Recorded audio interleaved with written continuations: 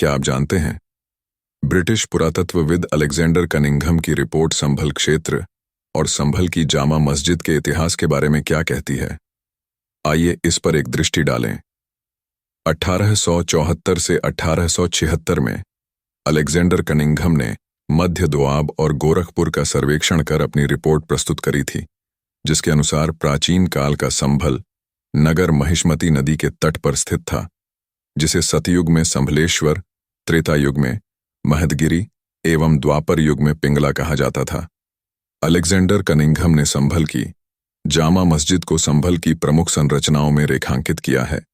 Alexander Cunningham ने हमें बताया है कि जामा मस्जिद पर हिंदू समुदाय हरि मंदिर होने का दावा करता है, लेकिन मुस्लिम समुदाय का तर्क ये है कि यह बाबर द्वारा निर्मित है,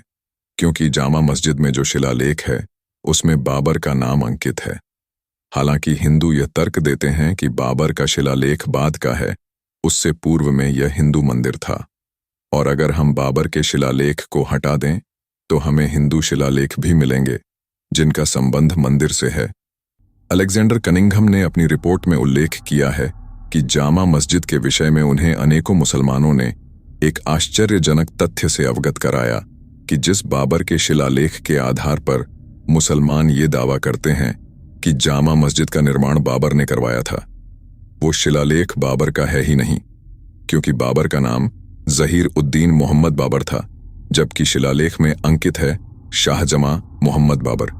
यही नहीं,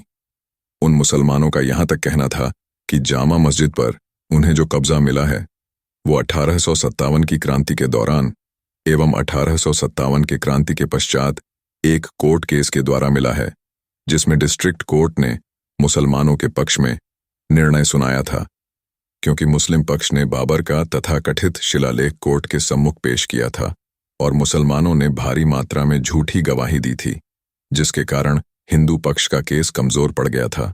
और हिंदुओं को कोर्ट केस हारना पड़ा था। हालांकि अलेक्जेंडर कनिंघम इस तर्क से संतुष्ट नहीं है कि बाबर का शिलालेख झूठा है और बाबर ने कभी संभल मंदिर की संरचना को ध्वस्त नहीं किया था। कनिंघम के अनुसार शिलालेख में दी गई तारीख एक ऐतिहासिक तारीख है, जिसके अनुसार विध्वंसक कोई और नहीं बल्कि बाबर के एक सिपाहसलार मीर हिंदू बेग था, जिसने 933 हिजरी अथवा 1529 ईस्वी में हरि मंदिर को नष्ट कर दिया था। एवं हिंदू मंदिर का विध्वंस मस्जिद की संरचना से भी स्पष्ट होता है। संरचना के संबंध में अलेक्जेंडर कनिंघम ने कहा है कि मस्जिद का केंद्रीय गुंबद मूल रूप से मंदिर के रूप में बनाया गया था, जो ईंटों से बना है,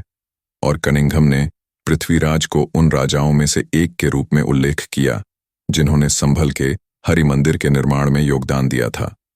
अलेक्जेंडर कनिंघम आगे बताते हैं कि मस्जिद के दीवारों पर जो प्लास्टर किया गया है वो मुसलमानों द्वारा किया गया था, मंदिर की विशाल हिंदू संरचना को छुपाने के लिए, क्योंकि जामा मस्जिद में कुछ जगह ऐसी भी है जहां से प्लास्टर के पीछे पत्थर और ईंटें दिखाई देती हैं। इतना ही नहीं, मुगलों ने मस्जिद बनाने में हिंदू संरचना का उपयोग भी किया था। अलेक्जेंडर कनिंघम ने स्वयं पाया था कि मस्जिद के बाहरी सीढ़ियों के नीचे लाल पत्थर लगे हैं, जिनमें से एक तो हिंदू मंदिर के नालीदार स्तंभ का ऊपरी भाग था, जिस पर हिंदू कलाकृतियां भी हैं। अलेक्जेंडर कनिंघम ने यह भी उल्लेख किया कि कुछ संरचनाएं मुगलों द्वारा नवनिर्मित की गई हैं, जैसे कि मस्जिद के पंख और कई दरवाजे मुगलों द्वारा बनाए गए थे, लेकिन हिंदू संरचना मुगल संरचना से स्पष्ट रूप से भिन्न है, जो अपने आप में इस बात का प्रत्यक्ष प्रमाण है कि मुगल संरचना हिंदू संरचना के ऊपर बनाई गई थी। अलेक्जेंडर कनिंघम की रिपोर्ट में उल्लेखित तथ्यों की पुष्टि बाबरनामा और आईने अकबरी से भी होती है। आईने अकबरी में कहा गया है, संभल क्षेत्र में हरिमंडल नाम का एक देवस्थान है जो भगवान विष्णु को समर्पित है, और जिस स्थान पर भगवान विष्णु के 10वें अवतार अर्थात कल की अवतार का जन्म होगा, इन साक्ष्यों के आधार पर सुप्रीम कोर्ट के अधिवक्ता विष्णु शंकर जैन ने चंदौसी जिला न्यायालय के समक्ष केस दायर किया है। हम प्रार्थना करते हैं कि परिणाम सत्य और न्याय के पक्ष में होगा। यदि संभव हो, आप अधिवक्ता श्री विष्णु शंकर जैन एवं उनके पिता श्री हरिशंकर जैन का किसी भी रूप में समर्थन करें और इस धर्म युद्ध में उनका साथ दे।